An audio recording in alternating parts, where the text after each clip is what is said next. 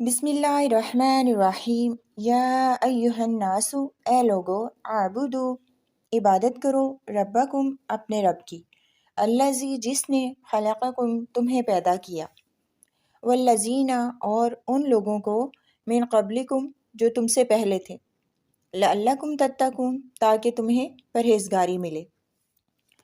یا ایہا الناس کا خطاب اکثر اہل مکہ کو اور یا ایہا الذین آمنوا کا اہل مدینہ کو ہوتا ہے، مگر یہاں یہ خطاب مومن کافر سب کو عام ہے۔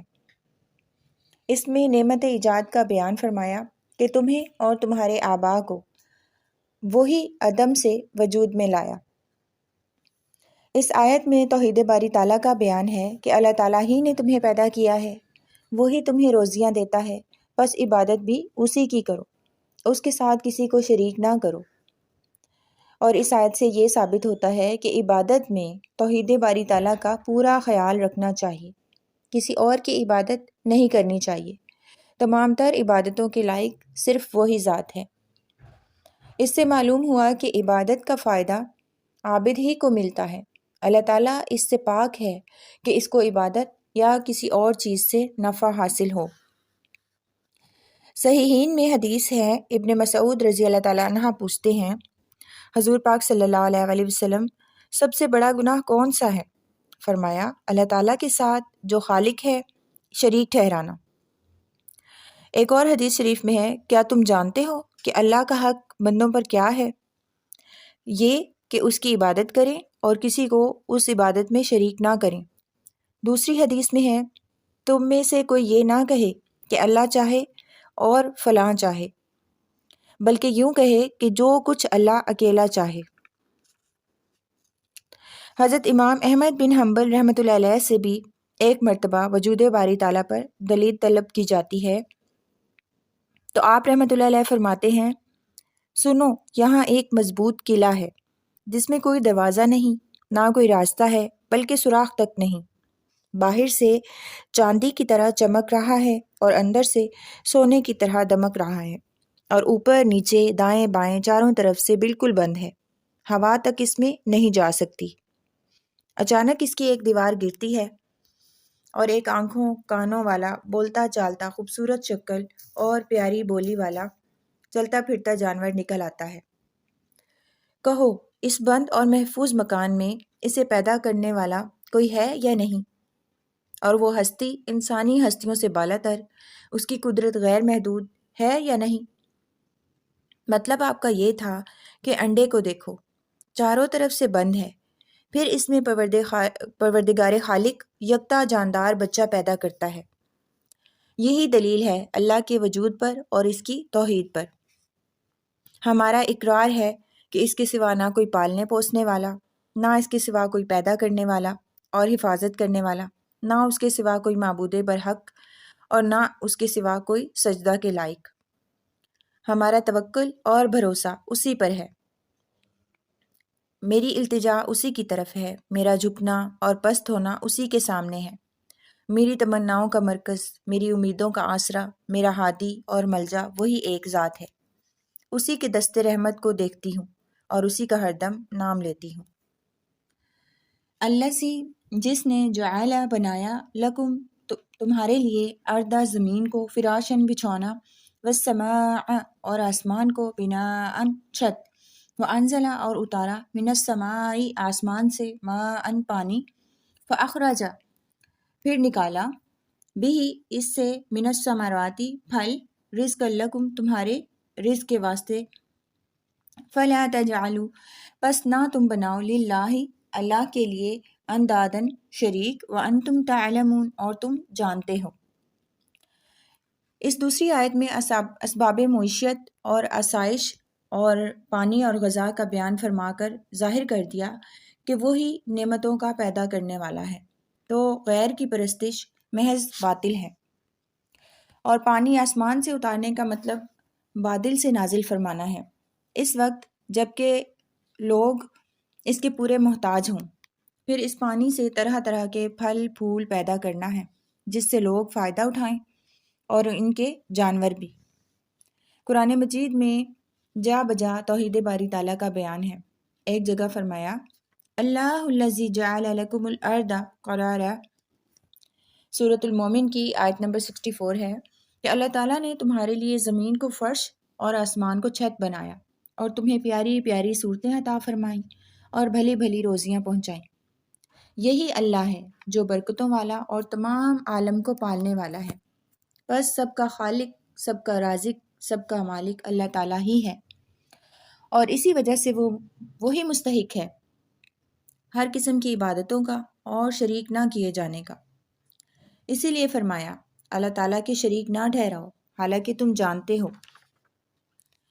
زمین اور آسمان کی مختلف شکل و صورت، مختلف رنگ، مختلف مزاج اور مختلف نفع کی موجودات، ان میں سے ہر ایک کا نفع والا ہونا اور خاص حکمت سے ہونا ثبوت ہے ان کے خالق کے وجود کا اور اس کی عظیم الشان قدرت اور حکمت اور زبردست سلطنت اور ستوت کا۔ آسمان سے بارش کا برسنا اور اس سے درختوں کا پیدا ہونا اور ان میں ہری ہری شاخوں پر خوش ذائقہ میووں کا لگنا ہی اللہ تعالیٰ کے وجود اور اس کی وحدانیت کی دلیل ہے۔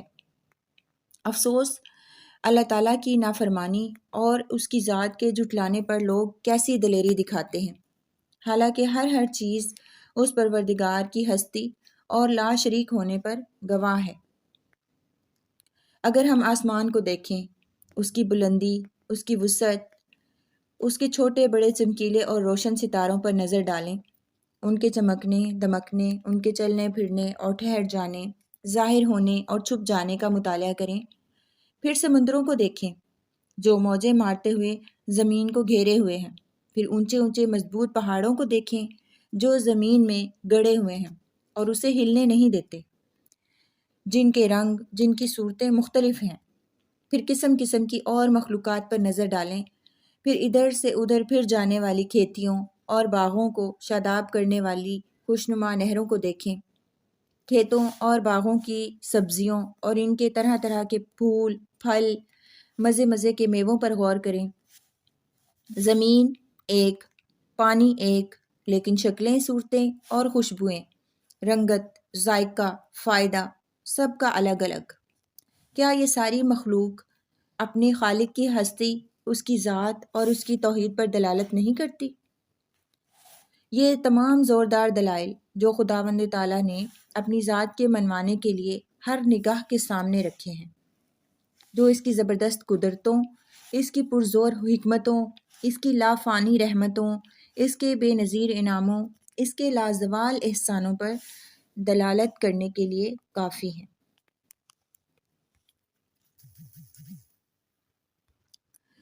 وَإِنْ اور اگر تم ہو فی ریبن شک میں مما اس سے جو نزلنا ہم نے اتارا علی عبدنا اپنے بندے پر فأتو پس لے آؤ بصورتن ایک صورت من مثلہ اس جیسی وادعوا اور بلا لو شہداءکم اپنے مددگاروں کو من دون اللہ اللہ کے سوا ان کنتم صادقین اگر تم سچے ہو۔ نبوت اور اس پر سیر حاصل بحث توحید کے بیان کے بعد نبوت کی تصدیق بیان ہو رہی ہے۔ کفار کو خطاب کر کے فرمایا جا رہا ہے کہ ہم نے جو قرآن پاک اپنے بندے حضرت محمد صلی اللہ علیہ وآلہ وسلم پر اتارا ہے، اسے اگر تم ہمارا کلام نہیں مانتے تو تم اور تمہارے مددگار سب مل کر پورا قرآن تو نہیں، صرف ایک صورت اس جیسی بنا لاؤ۔ جب تم اسے نہیں کر سکتے اور اس سے عاجز ہو تو پھر اس قرآن کے کلام اللہ ہونے میں کیوں شک کرتے ہو؟ شہداء سے مراد مددگار ہیں اور شریک ہیں جو ان کی مدد اور موافقت کیا کرتے تھے۔ تو مطلب یہ ہوا کہ جنہیں تم نے اپنا معبود بنا رکھا ہے انہیں بھی بلا لو اور ان سے بھی مدد چاہو، پھر اس جیسی ایک صورت تو بنا لاؤ۔ حضرت مجاہد رحمۃ اللہ علیہ فرماتے ہیں کہ تم اپنے حاکموں اور اپنے زباندان فصیح و بلیغ لوگوں سے بھی امداد لے لو۔ قرآن پاک کے اس معجزے کا اظہار قرآن پاک میں کئی جگہ پر ہے۔ بس اس عام اعلان سے جو بار بار کیا گیا اور ساتھ ہی پیش گوئی بھی کر دی گئی کہ یہ لوگ اس پر قادر نہیں، مکہ میں اور مدینہ میں بارہا اس کا اعادہ کیا گیا اور عرب کے لوگ جن کی مادری زبان عربی تھی، جنہیں اپنی فصاحت اور بلاغت پر ناز تھا، جو لوگ آپ صلی اللہ علیہ وآلہ وسلم پر اور آپ کے دین پر خار کھائے بیٹھے تھے، وہ در حقیقت اس سے عاجز آ گئے، نہ پورے قرآن کا جواب دے سکے، نہ 10 صورتوں کا، بلکہ نہ ایک صورت کا۔ بس ایک معجزہ تو یہ کہ اس جیسی ایک چھوٹی سی صورت بھی وہ نہ بنا سکے۔ دوسرا معجزہ یہ کہ پیش گوئی سچ ثابت ہوئی کہ یہ ہرگز اس جیسا کلام نہیں بنا سکتے، گو سب جمع ہو جائیں اور قیامت کے دن تک محنت کریں۔ بس ایسا ہی ہوا، نہ تو اس زمانہ میں کسی کو ایسی جرت ہوئی، اور نہ اس کے بعد آج تک اور نہ قیامت تک کسی سے یہ ہو سکے گا، اور بھلا کیسے ہو سکتا؟ جس طرح اللہ تعالیٰ کی ذات بے مثل، اسی طرح اس کا کلام بھی بے مثل۔ قرآن کریم اپنے الفاظ میں اور اپنے مضامین میں بے نظیر ہے۔ اس پاک کلام میں جو اگلی خبریں دنیا میں پوشیدہ تھیں وہ ہو بہو بیان کی گئی، آنے والے امور کے تذکرے جو لفظ بلفظ پورے اترے، تمام بھلائیوں کا حکم اس میں ہے، تمام برائیوں سے ممانعت اس میں ہے۔ یہ سچا کلام ہے، یعنی سچائی اس کی خبروں میں اور عدل و احکام میں تیرے رب کے کلام میں پورا پورا ہے۔ یہ پاکیزہ کلام قرآن پاک سارا حق اور صداقت، عدالت اور ہدایت سے پر ہے۔ قرآن شاعری نہیں، نہ اس میں ہنسی مذاق اور نہ کذب و افطرا جو شاعروں کے کلام میں عموماً پایا جاتا ہے، بلکہ اگر ہم قرآن پاک پر نظر ڈالیں تو ہم دیکھیں گے کہ اس کا ایک ایک لفظ فصاحت و بلاغت سے، دین و دنیا کے نفع سے، خیر و برکت سے پر ہے۔ پھر کلام کی ترتیب و تہذیب، الفاظ کی بندش اور عبارت کی روانی، معانی کی نورانیت، مضمون کی پاکیزگی سونے پہ سہاگا ہے۔ اس کی خبروں کی حلاوت، اس کے بیان کردہ واقعات کی روانی مردہ دلوں کی زندگی ہے۔ اس کا خلاصہ کمال کا اعلیٰ نمونہ اور اس کی تفصیل معجزے کی جان ہے۔ اس کا کسی چیز کو دہرانا پند مکرر کا مزہ دیتا ہے۔ یہ معلوم ہوتا ہے کہ گویا سچے موتیوں کی بارش ہو رہی ہے۔ بار بار پڑھو اور دل نہ اکتائے، مضامین سمجھتے جاؤ اور ختم نہ ہوں۔ یہ قرآن ہی کا خاصہ ہے۔ اس چاشنی کا ذائقہ، اس مٹھاس کا مزہ کوئی ان سے پوچھے جنہوں عقل و حواس، علم و فضل کا کچھ حصہ قدرت نے عطا فرمایا ہے۔ اس کا ڈراوا دھمکاوا، عذابوں اور پکڑ دھکڑ کا بیان مضبوط پہاڑوں کو ہلا دے۔ انسانی دل تو کیا ہے؟ اس کا وعدہ، اس کی خوشخبریاں، نعمتوں اور رحمتوں کا بیان دلوں کی مردہ کلی کو کھلا دینے والا، شوق و تمنا کے بجھے جذبات کو ابھار دینے والا، جنتوں اور راحتوں کے پیارے پیارے مناظر آنکھوں کو سامنے کر دینے والے ہیں۔ دل کھل جاتے ہیں اور کان لگ جاتے ہیں، آنکھیں کھل جاتی ہیں۔ قیامت کے بیان کی آیتیں، وہاں کے خوفناک مناظر، جنت اور دوزخ کا بیان، رحمتوں اور زحمتوں کا پورا پورا وصف، اولیاء اللہ کے لیے طرح طرح کی نعمتیں اور دشمنان خدا کے لیے طرح طرح کے عذاب۔ کہیں بشارت ہے، کہیں ڈراوا ہے، کہیں نیکیوں کی طرف رغبت ہے، کہیں بدکاریوں سے ممانعت ہے، کہیں دنیا کی طرف زہو کرنے کی، کہیں آخرت کی طرف رغبت کرنے کی تعلیم ہے۔ یہی وہ تمام آیات ہیں جو راہ راست دکھاتی ہیں اور بہترین رہنمائی کرتی ہیں، اور اللہ تعالیٰ کی پسندیدہ شریعت کی طرف جھکاتی ہیں اور دلوں کو جلا دیتی ہیں۔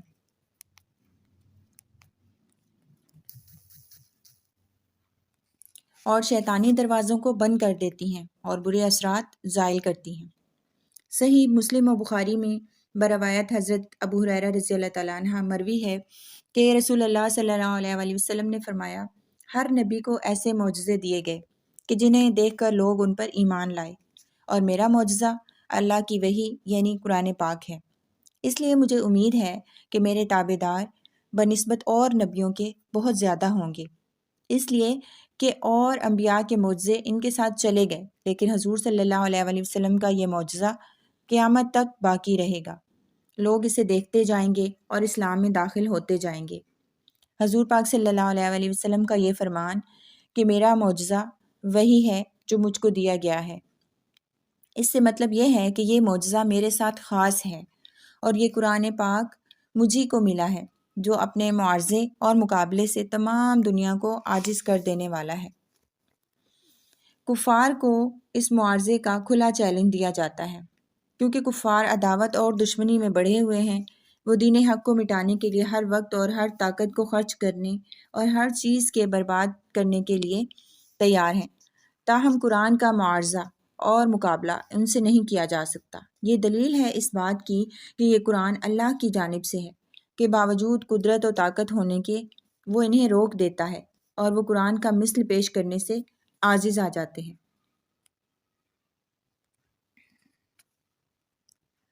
فَإِن لَّمْ تَفْعَلُوا، پھر اگر نہ کیا تم نے، وَلَن تَفْعَلُوا، اور ہرگز نہ تم کر سکو گے، فَاتَّقُوا النَّارَ الَّتِي، پس ڈرو اس آگ سے، الَّتِی جس کا، وَقُودُهَا النَّاسُ ایندھن ہیں اس کا، الناس لوگ، والحجارۃ اور پتھر ہیں، اعدت للکافرین جو تیار کی گئی ہے کافروں کے لیے۔ اب اس آیت میں بیان کیا جا رہا ہے وقودو کے معنی ایندھن کے ہیں جس سے آگ جلائی جائے۔ قرآن کریم میں ایک جگہ ارشاد ہے ظالم لوگ جہنم کی لکڑیاں ہیں، اور ایک جگہ فرمایا تم اور تمہارے وہ معبود جو اللہ کے سوا ہیں جہنم کی لکڑیاں ہیں، تم سب اس میں آؤ گے۔ اگر وہ سچے معبود ہوتے تو وہاں وارد نہ ہوتے، دراصل یہ سب کے سب اس میں ہمیشہ رہنے والے ہیں۔ اور حجارتن کہتے ہیں پتھر کو، یہاں مراد گندھک کے سخت سیاہ اور بڑے بڑے اور بدبودار پتھر ہیں جن کی آگ بہت تیز ہوتی ہے، اللہ ہمیں محفوظ رکھے۔ حضرت ابن مسعود رضی اللہ تعالیٰ عنہ فرماتے ہیں ان پتھروں کو زمین اور آسمان کی پیدائش کے ساتھ ہی آسمان اول پر پیدا کیا گیا۔ اب اللہ تعالیٰ ان کو چیلنج کر رہے ہیں کہ تم ہرگز ایسا نہیں کر سکو گے، تو پھر ایسی آگ کے لیے تیار ہو جاؤ جس کا ایندھن جو ہے آدمی اور پتھر ہیں۔ اعدت یعنی تیار کی گئی ہے کفار کے لیے، کہ وہ آگ کافروں کے لیے تیار کی گئی ہے۔ ابن عباس رضی اللہ تعالیٰ عنہ فرماتے ہیں ہر وہ شخص جو کفر پر ہو اس کے لیے وہ آگ تیار ہے۔